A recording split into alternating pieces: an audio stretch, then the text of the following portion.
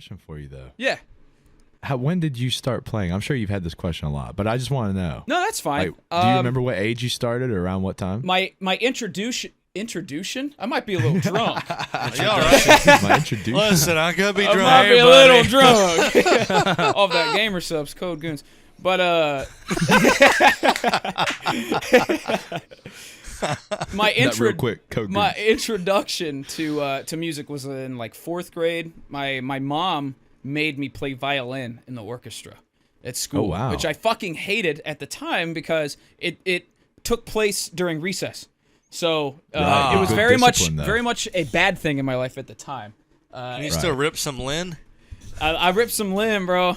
I was not very good. I did not take it seriously and whatever.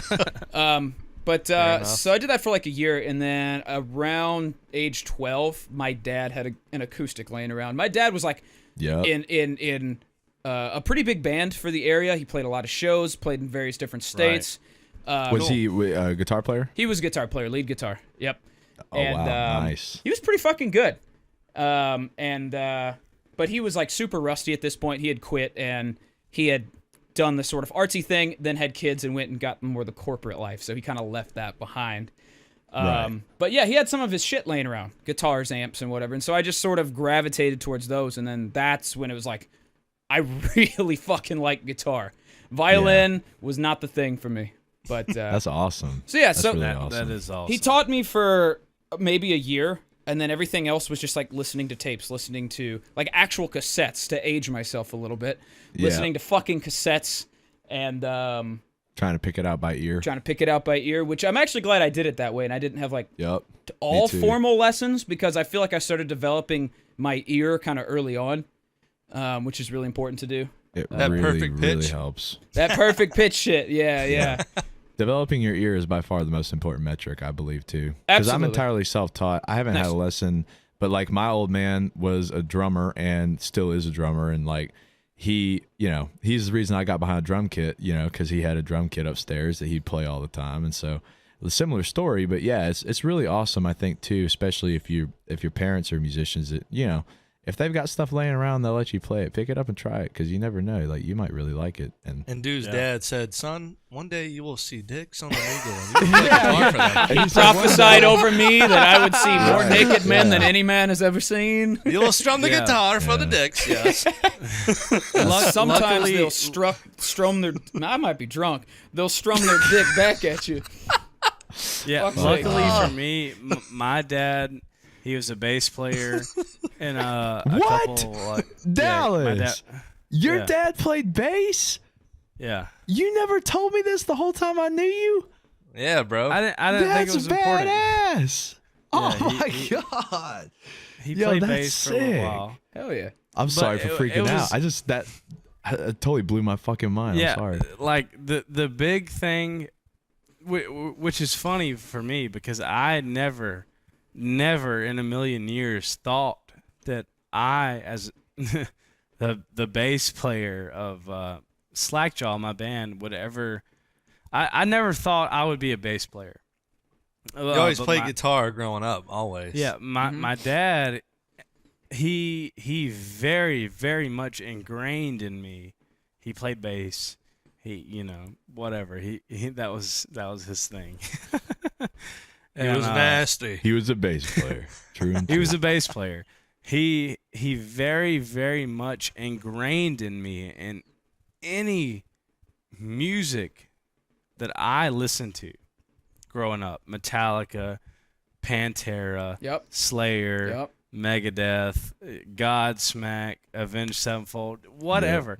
Same He very much country, anything. He very much ingrained in me as a person the rhythm.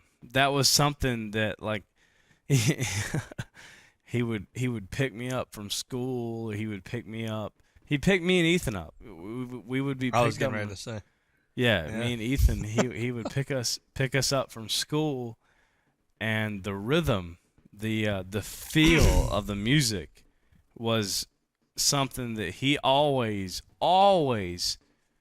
ingrained in me, and he told me at a very, very young age was very much the rhythm and the feel of the music and how the drums sort of like do whatever and how the bass correlates with what the drums are doing.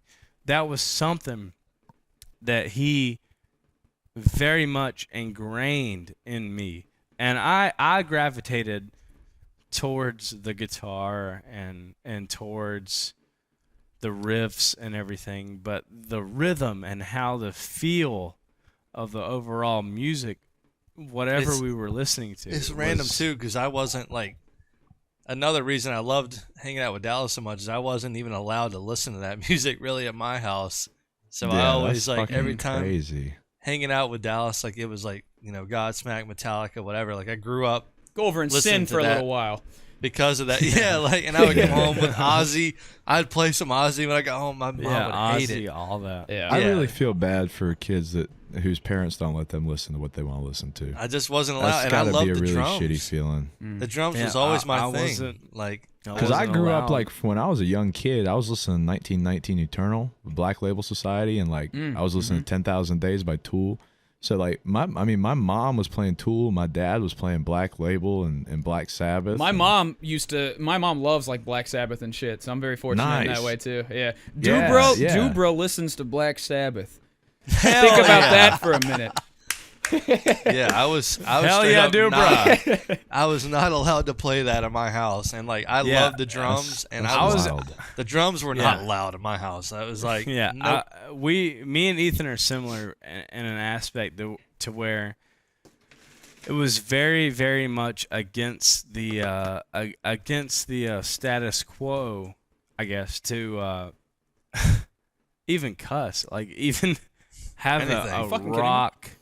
Like rock, like dude, I'm telling you, like if you listen to like Hoobastank, I mean it was like, dude, my mom would be like, look, Casting Crowns is playing a little bit too heavy right here. I don't like it. Yeah, like dude, listening to I don't know about Skillet. Yeah, like I'll tell you this, like listening to like Nickelback, even growing up, like as funny as it may sound to people listening now.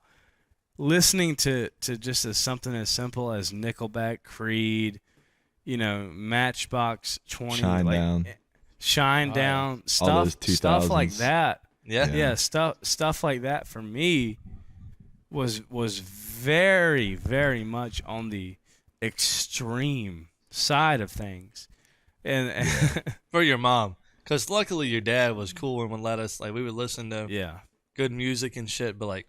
Both of our moms were just not gonna happen. Our mothers were super, super Christian, and you know there's nothing wrong with that. There's nothing wrong with that mentality. If that's what you want to have and that's what you want to do, that's fine. But there is something wrong with controlling what music your kid can and can't listen to. Though. Yeah, but there's something. I think so. Maybe that's not a good position to have, but you know, you're not wrong though. But there's something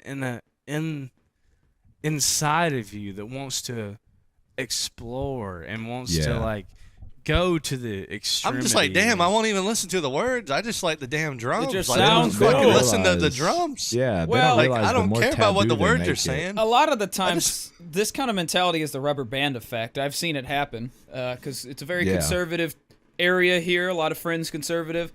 The parents who are the strictest, you know, once they get out on their own, they become fucking wild. That's like the preacher's daughter thing. Yeah, you can only go so far with that, you know. Yeah, that's very true for sure.